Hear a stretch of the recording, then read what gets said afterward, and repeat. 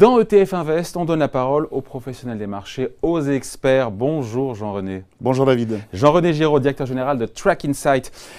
Comment la France se positionne? On a parlé juste avant des performances, des encours qui montent, qui progressent à 2 chiffres. Comment est-ce que la France se positionne dans le monde? Est-ce qu'on est toujours en phase de rattrapage ou même le marché français est entré peut-être en phase déjà de maturité ou pas encore? Alors c'est une question très intéressante et effectivement l'Europe et la France se positionnent un peu différemment des États-Unis qui est vu comme le marché principal des ETF pour des raisons culturelles et structurelles. Les raisons culturelles, c'est très simple, c'est que l'investisseur américain s'intéresse à son investissement, il s'intéresse à son fonds de pension. En Europe, on fait confiance à l'État, on fait confiance aux grandes organisations. Et donc les conséquences structurelles sont immédiates. L'Europe et la France en particulier s'est organisée autour d'une industrie financière structurée avec des gérants pour compte de tiers, des intermédiaires qui s'occupent de votre retraite, de votre assurance. Et donc, la plupart des actifs détenus en Europe pour le compte des particuliers le sont par le biais de grands portefeuilles institutionnels. Et c'est une différence énorme entre les deux marchés. Le marché américain est pilote dans les ETF. Aujourd'hui, on a 4 fois plus d'ETF en volume, en actifs, aux États-Unis qu'en Europe. Mais de manière intéressante, l'innovation se passe en Europe.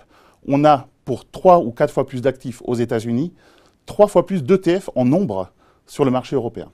Donc plus d'innovation et aussi un rattrapage malgré tout, qui peut se faire d'ailleurs par l'innovation, rattrapage aussi en matière d'encours, même si on est encore un peu derrière. Tout à fait, le rattrapage se constate et on l'a vu dans le reportage précédent. La croissance est très très forte en Europe et elle est aujourd'hui principalement concentrée sur les institutions. Les particuliers arrivent aussi. Justement, le sentiment global des instituts français sur les ETF aujourd'hui, pour eux, dans leur gestion, c'est devenu vraiment un outil qui est incontournable? Alors c'est un outil qui est désormais totalement incontournable. Mais avant d'expliquer pourquoi, il faut comprendre la nature de ces institutionnels. On a en fait deux grands animaux chez les institutionnels. On a les gérants pour compte de tiers, les professionnels de la finance qui gèrent pour le compte des particuliers ou des institutions. Et on a les personnes ou les institutions qui gèrent pour compte propre. Et la façon d'utiliser les ETF dans ces deux mondes est totalement différente. Totalement différente. Un investisseur pour compte propre s'intéresse peu à la nature du véhicule. Il a une vision d'allocation d'actifs. Où vais-je investir? Pourquoi? Pour combien de temps?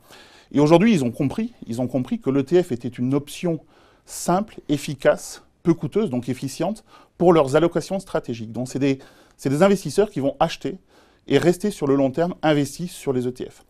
Les gérants pour compte de tiers, eux, ils voient plutôt l'aspect intéressant de l'ETF qui est sa nature flexible, dynamique, la possibilité de rentrer, sortir rapidement. Plus opportuniste. Plus opportuniste. Et donc, ils vont se servir de l'ETF comme un substitut dynamique et efficace. Pour jouer des mouvements de marché. Pour jouer des mouvements de marché, pour se hedger, pour ne pas rester en cash quand ils n'ont pas trouvé une solution active à laquelle ils pourraient substituer un investissement. Il y a les instituts dans les experts, mais il y a aussi, encore une fois, les family office, les corporates, les banquiers privés. Pour eux aussi, c'est devenu...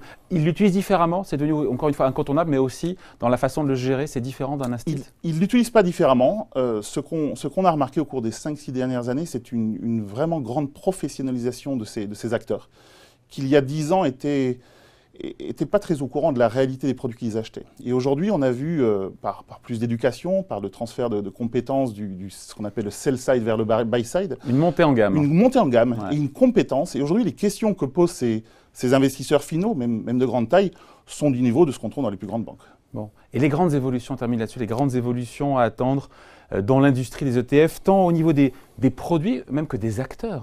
Alors, en ce qui concerne les produits, il faut comprendre que, déjà, il faut définir ce que c'est qu'un ETF. Un ETF, c'est Exchange Traded Fund, c'est un fonds coté. Historiquement, en Europe et aux États-Unis, l'industrie des ETF s'est structurée autour des fonds indiciels, c'est-à-dire la gestion passive. Et ça, c'est en train d'exploser. C'est en train d'exploser parce qu'on a aujourd'hui l'émergence d'un mouvement qui est très profond, qui est le départ des investisseurs de ce qu'on appelle les indices market cap, pondérés par les actifs, vers le smart beta, vers l'investissement factoriel. L'investissement factoriel ayant tendance à remplacer de plus en plus l'investissement sectoriel et géographique. Donc ça, c'est une première tendance.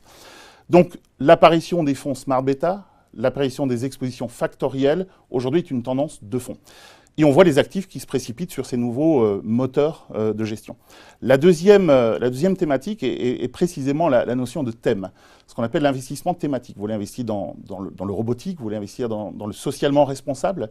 Donc on ne va plus ici parler d'allocation d'actifs au sens, on va dire, académique du terme, mais plutôt d'idées d'investissement. Et l'ETF se prête très bien à ça, puisque dans un fonds, vous allez avoir une exposition sur un panier de valeurs qui reflète une thématique d'investissement. Allez, merci pour ces commentaires. Jean-René Giraud, directeur général de Track Insight.